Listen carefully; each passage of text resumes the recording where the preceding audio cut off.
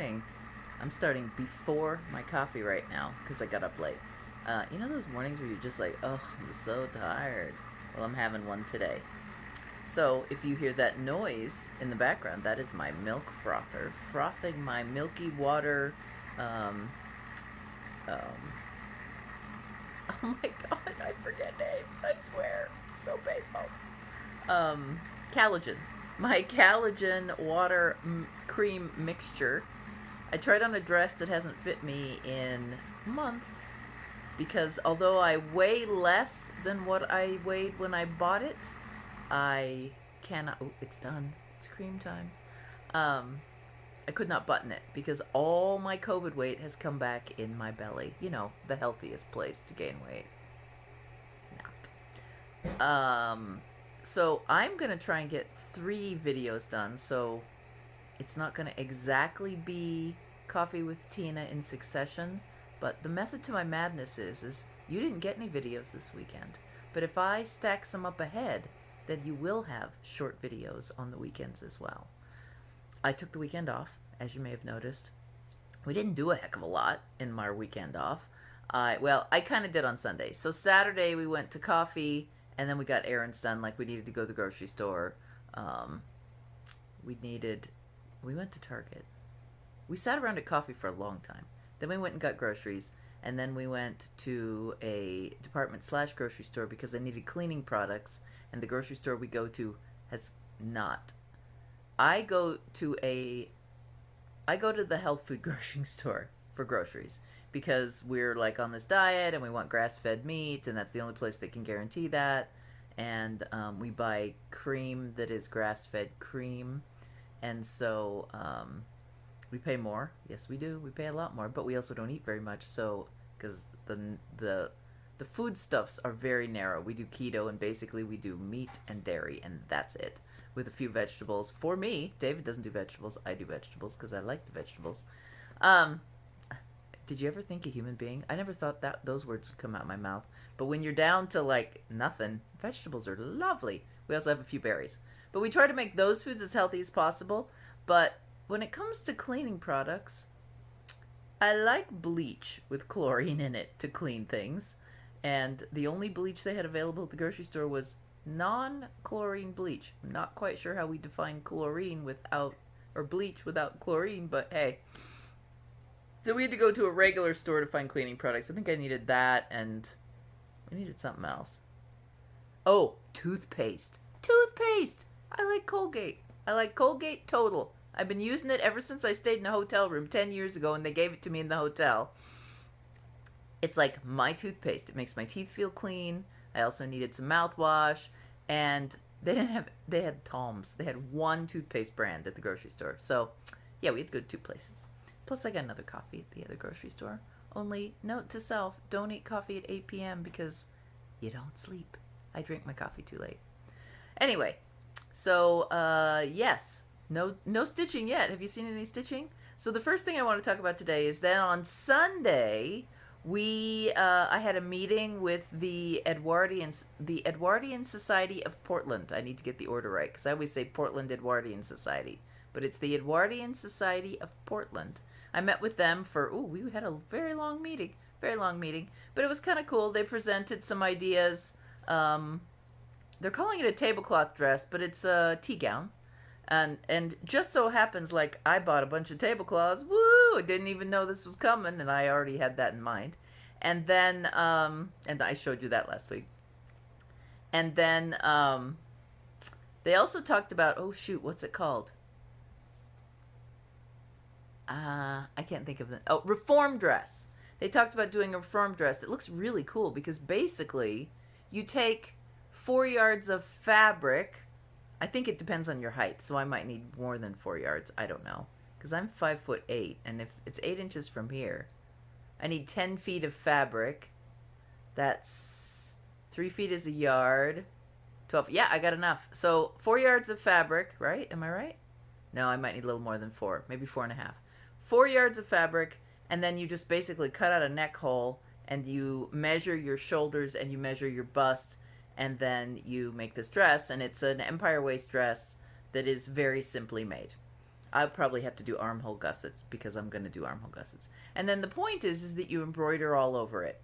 And it's supposed to be harkening back to the arts and crafts movement and making do and making your own clothing. So I'm kind of super excited about it. And so we talked about that, and then we also talked about a taco hat class. If any of you are in the Portland area, or probably even outside the Portland area, and are interested in Edwardian clothing, it's a good group. We do have events in Portland, so that part is a reason if you can get to Portland on a regular basis. I know in May we have an event planned outside. I think most of the summer we're all planning outside events. We're planning an August event at the zoo where we dress up in our Edwardian gear and we go for a stroll.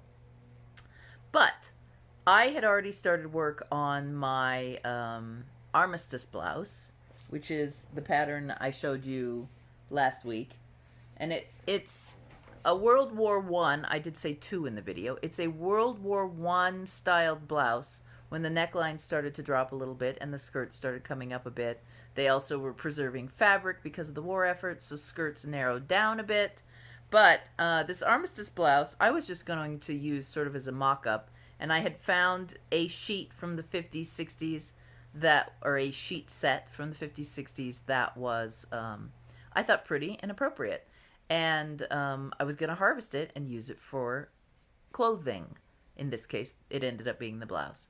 And so I fussy cut on Friday a panel with the lace here and a cuff and all that. And I also showed you in previous videos. But then after the meeting with the gals, I decided to start playing with a little bit of embroidery on the front panel, maybe a bit on the collar, we'll see. But all I did is go into Magical Pinterest. I'm reaching for stuff. Go into Magical Pinterest and look at images of Edwardian embroidery. And so this was off of a much fancier dress than what I'm making. However, it had a great photo of a close-up of the embroidery. So all I did is print this out, lay it under my very sheer fabric, and using a mechanical pencil, traced it on. Let's move you in closer so you can see. There it is. Now, is it exactly the same? No. But it has the air of the image I found. And so I'm going to put this down the front bib of the Armistice Blouse. And I think it goes fine. I really wanted to find one with roses because there's roses in the lace. So I wanted roses and leaves, and I think I'm happy with it. So I'm pretty pleased. So I'm going to crank that out probably today. It's not difficult. It's all satin stitch, a little bit of outline stitch, and then I'm doing there's a leaf that is like a rose leaf, and it's got a jagged edge and things, and so I'm doing a bit of textural stitches to give it some interest. Because they did, but I can't really tell from the photo exactly what they did, so I'm sort of making it up as I go along. But that is my plan for that project today. I'm also going to crank out a couple of more videos for you because we're already at 8 minutes because Tina can talk. That's that one. Oh, yes. And I stitched the shoulder sleeves. I had to do some gathering at the shoulder sleeves. The first time I did them backwards. So the armhole was in and the front facing was out. And then on the back piece it was flipped. So I had to rip that one out. And then I couldn't get my machine to work because I have a hard time with technology. And then, and yes, a 1930-something singing featherweight is also technology as far as this girl's concerned when I knit most of the time. And then then I got the hang of it, and Kathy figured out what was wrong because she's good with sewing machines. And I was in ironing. I came back out and I looked, and I had then sewed this one direction inside out and this one right side out. And this was after I trimmed it and finished my seams. So I had to go back in and take one out and sew it again. But by the time I was done with after the meeting and sewing with the gals, I had my 2 sleeve seams, or my 2 shoulder seams, finished, sewed, and nicely finished, the underside. So then I came home and I think I was like, do I want to sew some more or do I want to come up with a reason not to sew some more? I know, let's embroider on this. So hence the embroidery rabbit hole. But it's all good. I'm still making progress, and that was my year of self care. My year of self care. The plan is to work on this Edwardian wardrobe. Not underwear exactly, but it's a wardrobe. So that is what I have accomplished this weekend. The other videos you will see, and you may not see this one as Monday, you may see this as Tuesday, because I'm also going to show you how to sew together your coaster. I did get Warm and Natural. Oh, yeah, I went to the fabric store. I got some Warm and Natural, or the equivalent thereof, a cotton batting that is thin and needle punched. I got some of that so that I can show you how to sew your coasters together and finish those up. That will be another video. And then there was a third video I was going to show you. Oh, dyeing. I'm going to do some dyeing. Last night I dyed purple. And if you go look over at Instagram and follow us on Instagram, you can see my purple passion yarn I made last night. So, busy weekend overall. My husband did laundry all by himself. I'm super excited for that. He says, I'll do it. And he did it. And he even hung it all out on the line and everything. It's very impressive. And he folded it and put it away. Yeah, it's great. So, turning out to be a good week, although I'm very tired. And now it's time for me to go get my coffee. I gotta go pour it. I have to combine the shot of espresso with my dairy mixture. Have a great Monday, Tuesday, whatever day it is for you, and I'll see you later. Bye.